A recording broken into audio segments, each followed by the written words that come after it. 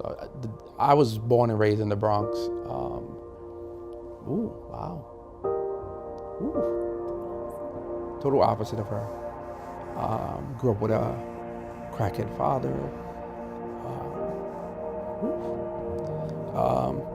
Grew up in the projects.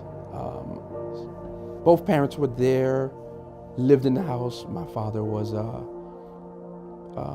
drug dealer, addict, every drug you name he took. So I grew up in that environment. Come home, TV gone, things disappear.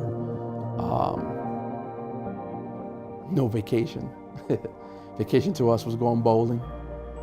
Another struggle that I'm having personally is now after having our second child. It's definitely been a challenge for me. Very, very overwhelming. Very overwhelming.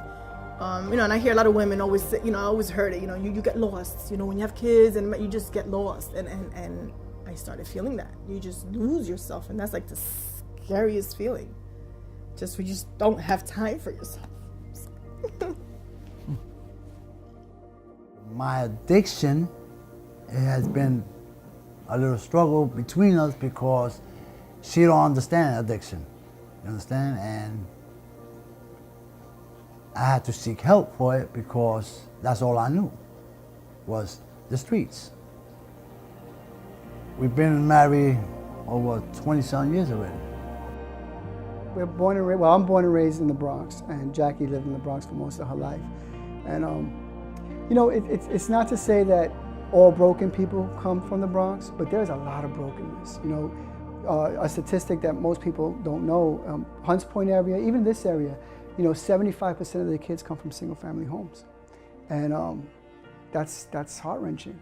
Upper East Side, 14% of the homes are single-family homes. There's a lot that marriage does. That having the father and the mother in the home. Aside from the fact that it's something that God created and God created to be amazing, that's one thing. But just the whole dynamic, the privileges of having both the father and the mother in the home, a solid and stable relationship can bring transformation in a community, in the church, in the Bronx. One thing that people do in the Bronx, they get educations, they fight to get out. Like a lot of people I know, they fight. They want to get the money, they want to get the education, they want their kids to do better so they can get out of the Bronx. But what if we really just developed a heart and passion to fix what's broken in the Bronx? And I think a major part of that is marriage relationships. Great inspiration, encouraging ministry to us. It really has opened up our relationship as well to trust in others, because we were a couple that we didn't trust anyone. We wasn't open with anyone. Yes, with ourselves, but we felt that if we told our story to someone else, that they would judge us.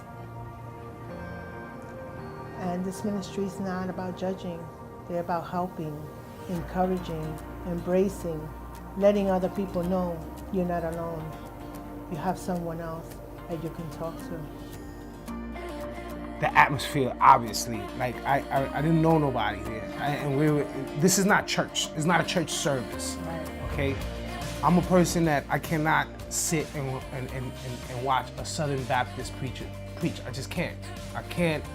There's certain 570 AM preachers that I can't listen to. It's like the guy with the dry red eyes, that's so boring. I'm a person that I just got jumped by 5 guys. I've been shot by 4 different guys. I've been stabbed, I've been jumped, it's like a freaking fairy tale. Me saying it, you don't believe it. You understand what I'm saying? Me saying it. And I will not cry in none of those. I never cried being shot, being jumped, or nothing. But going and hearing them and being in church, Christ makes me cry all the time. And Joe's sincerity and the goodness of God in him makes me cry all the time, and I feel a little emotional. And Real Ministries is one of those things that, again, you could apply to your life right away. And it's just refreshing, and it's life-saving, it's marriage-saving. Your pain becomes your passion, and that is crazy. Like, I'm still trying to figure that one out. Because I would, you know, you would have asked me 20 years ago, would I have ever seen myself in this situation? There's not a way, there's no way on earth I would have done that, you know? I wouldn't even see myself married still, to be honest with you. You know, I wouldn't have. And if it wasn't because of God's grace, we wouldn't be married. We would be divorced. And I probably would have had probably 3 or 4 more wives, you know? Because that's the trend in my family. So it's crazy. It's really crazy. And now it's all we want to do.